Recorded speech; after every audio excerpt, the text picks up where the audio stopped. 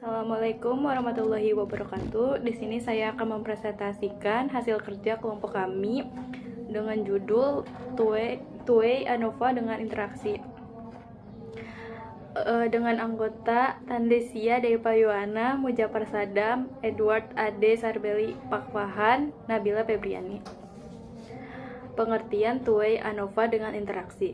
Two-Way ANOVA atau ANOVA dua arah adalah uji statistik untuk mempelajari pengaruh dua variabel independen kategoris terhadap hasil berkelanjutan, atau disebut juga dengan klasifikasi dua arah adalah klasifikasi dua arah yang didasarkan pada dua kriteria. Segugus pengamatan dapat diklasifikasikan menurut dua kriteria dengan penyusun data tersebut dalam baris dan kolom. Kolom menyatakan klasifikasi yang satu, sedangkan baris menyatakan klasifikasi yang lain. Selanjutnya yaitu pengertian uji Two-Way ANOVA menggunakan Excel. Uji Two-Way ANOVA analisis varians dua arah menggunakan Excel adalah metode statistik yang digunakan untuk mengetahui apakah ada perbedaan signifikan antara rata-rata dua atau lebih kelompok berdasarkan dua variabel independen. Uji Two-Way ANOVA dapat digunakan untuk mengetahui bagaimana rata-rata suatu variabel kuantitatif berubah sesuai dengan tingkat dua variabel kategoris. Mengetahui bagaimana dua variabel independen mempengaruhi variabel dependen. Menentukan apakah dua sampel atau lebih memiliki rata-rata yang sama. Di sini saya akan menjelaskan rumus ANOVA dua arah. JKT sama dengan sigma BI sama dengan 1, sigma KJ sama dengan 1, XIJ kuadrat dikurang T kuadrat per BKN. JKK sama dengan sigma I sama dengan 1, TJ kuadrat per BN dikurang T kuadrat per BKN. JKB sama dengan sigma I sama dengan 1, TJ kuadrat per KN dikurang T kuadrat per BKN. JKB BK sama dengan sigma BI sama dengan 1, sigma KJ sama dengan 1, TIJ kuadrat per N dikurang sigma BI sama dengan 1, T2 T kuadrat per KN dikurang sigma KJ sama dengan 1, TJ kuadrat per BN plus T kuadrat per BKN. JKG sama dengan JKT dikurang JKB dikurang JKK dikurang JK sama dengan per dalam kurung BK.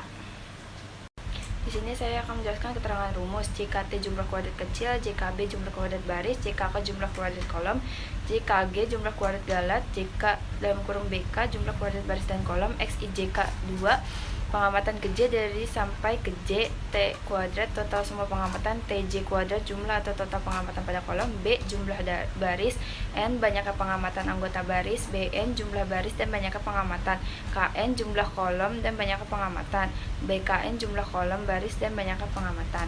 Di sini saya akan menjelaskan contoh soal. Seorang peneliti ingin menguji pengaruh dua faktor terhadap hasil ujian matematika siswa. Faktor pertama adalah metode pengajaran, metode A, metode B, metode C, dan faktor kedua adalah kelas 10, 11, dan kelas 12. Data hasil ujian matematika dalam skor ujian yang diperoleh siswa setelah mengikuti pelajaran dengan metode yang berbeda dicatat dalam tabel berikut.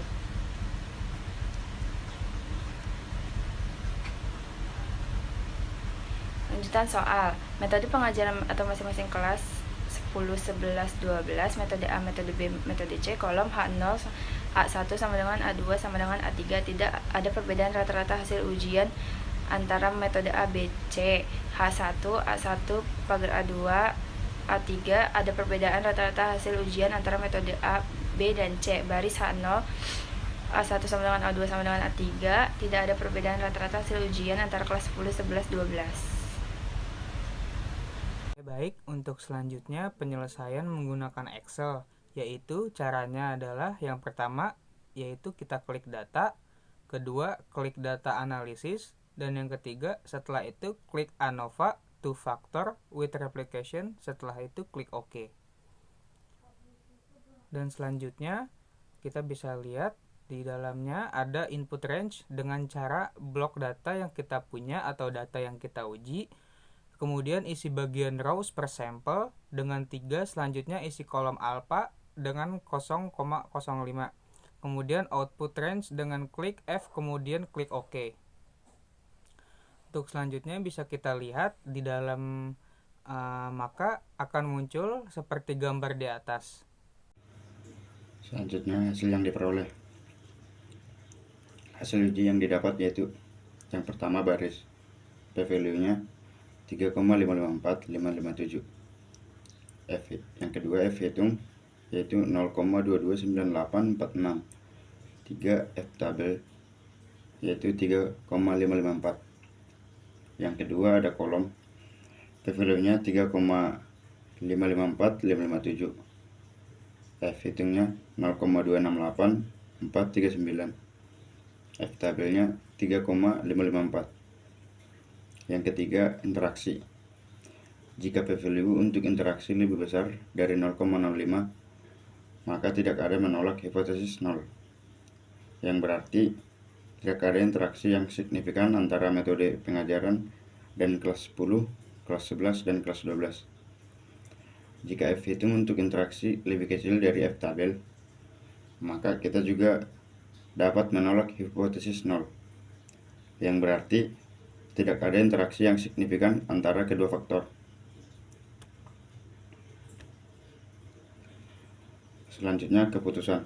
Yang pertama, jika F hitung lebih kecil dari F tabel atau 0,229846 lebih kecil dari 3,554, maka hipotesis 0 tidak dapat ditolak. Artinya tidak ada pengaruh signifikan dari metode pengajaran terhadap hasil pengujian. Kedua, selain itu jika p-value lebih besar dari A atau biasanya 0,05, maka kita juga tidak menolak hipotesis 0. Dalam hal ini, p-value adalah 3,554557 yang jelas lebih besar dari 0,05. Oleh karena itu, tidak ada pengaruh yang signifikan dari metode pengujian. Ketiga, sama dengan hasil analisis pada baris. F hitung atau 0,268439 lebih kecil dari F tabel atau 3,554, sehingga hipotesis 0 tidak ditolak. Ini berarti kelas 10, kelas 11, dan kelas 12 tidak berpengaruh signifikan terhadap hasil pengujian. Yang keempat, selain itu, p-value yang lebih besar dari 0,05 juga mendukung keputusan ini, karena p-value sama dengan 3,5545557 yang lebih besar dari 0,05, maka tidak ada pengaruh yang signifikan dari jenis kelamin terhadap hasil pengujian.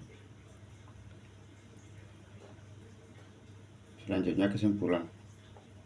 2 way ANOVA dengan interaksi dapat menjadi solusi yang efisien untuk masalah sederhana, di mana hubungan antar fitur tidak signifikan. Namun untuk masalah yang lebih kompleks dengan interaksi antar fitur, metode yang lebih canggih dan mempertimbangkan interaksi dapat memberikan hasil yang lebih baik.